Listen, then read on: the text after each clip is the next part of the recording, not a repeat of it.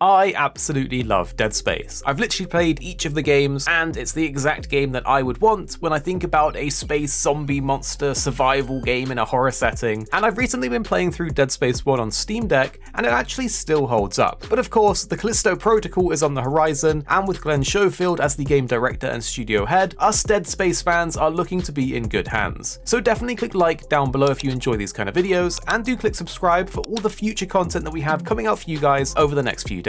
Also, put in the comment which Dead Space game was your favourite, and let's start off by, of course, going into the release date for the game. The game itself is set to release on the 2nd of December for this year, 2022. So it isn't too long to wait, which personally I'm super excited for. And you can play the game on several platforms including PC, Xbox One, Xbox Series X and S, PlayStation 4 and PlayStation 5. At the recent Gamescom, we got to see some gameplay showing off a few new features in the game, and it definitely gave me those Dead Space vibes, but modernized. Also, in a Eurogamer article, we got to read a bit more between the lines as they saw a much longer version of the gameplay. For us in this video though, we can only show the official trailers for footage of the game, and we didn't see this extended gameplay. We can only go off of the details in the Eurogamer article and of course the gameplay itself from Gamescom. The main feature of the gameplay shown at Gamescom was of course the mutation that enemies have after engaging them in combat. Within the article they say after you engage them in combat, some tentacles will start spurting out of their torso. Shooting or otherwise battering them in the tentacles will put them down faster, and the mutation acts as kind of a weak spot. But if you miss your fairly short window of opportunity, then those enemies will evolve gruesomely into much more resilient, aggressive opposition. So there's definitely some added depth to the enemies, meaning you will need to be on point when it comes to aiming and taking down these mutated enemies before they evolve and become much harder to defeat.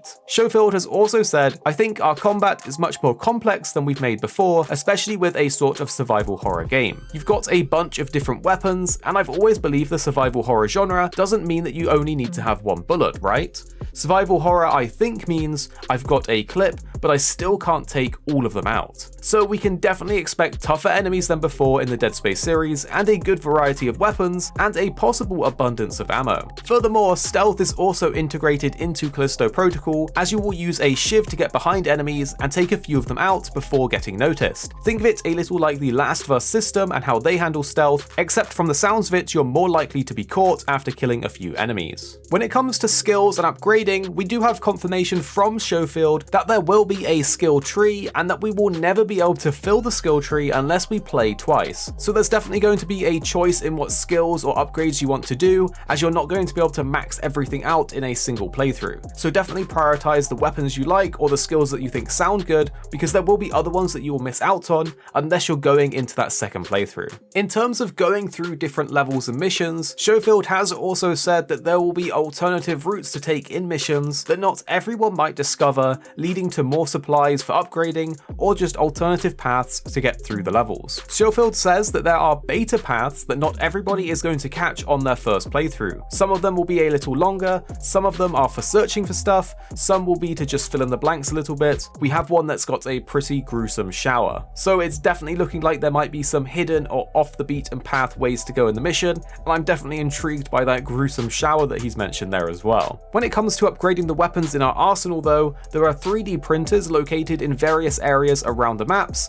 and it is at these 3D printers that we can use our supplies that we've gathered throughout playing to create weapon upgrades, such as giving our baton an electrical stun effect. You likely will have also already seen the grip gun, which is essentially the force grab or choke style move that you've seen in many of the trailers. This of course lets you pick up and throw enemies. There's definitely going to be multiple environmental hazards to throw enemies into, like giant fans, but you can also just keep them elevated in front of you as a sort of meat shield once grabbed. However, Schofield has also said that because the enemies will be shooting at you even with a grabbed meat shield, they will still be affected by dismemberment, so they won't be a great meat shield after a while. It definitely sounds very interesting to do that in this game, so I'm definitely going to try that tactic myself and see how it plays out. So if you did enjoy this video, definitely click like down below to show support, because it really does help. You can also subscribe down below to keep up to date, because once we hear more about Callisto Protocol, you're definitely going to see it here. And the two videos on the screen now we think you might really enjoy if you did enjoy this one. If you found it helpful or interesting,